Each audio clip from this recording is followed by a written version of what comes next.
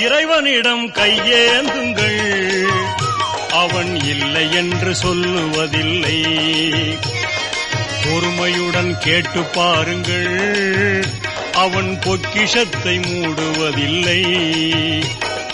என்று சொல்லும் மனம் இல்லாதவன், ஈடு இணை இல்லாத கருணை உள்ளவன், இன்னல் பட்டு எழும் குரலை கேட்கின்றவன், எண்ணங்களை இதயங்களை பார்க்கின்றவன், தேடும் நேயர் நெஞ்சங்களில் குடியிருப்பவன், தேடாத மனிதருக்கும் உணவளிப்பவன், வாடும் இதயம் வளர்வதற்கு வழிவகுப்பவன், வாஞ்சையோடு யாவருக்கும் துணை நிற்பவன், அலை முழங்கும் கடல் படைத்து அழகு பார்ப்பவன், அலையின் மீதும் மலையின் மீதும் ஆட்சி செய்பவன், தலைவணங்கி கேட்பவர்க்கு தந்து மகிழ்பவன்.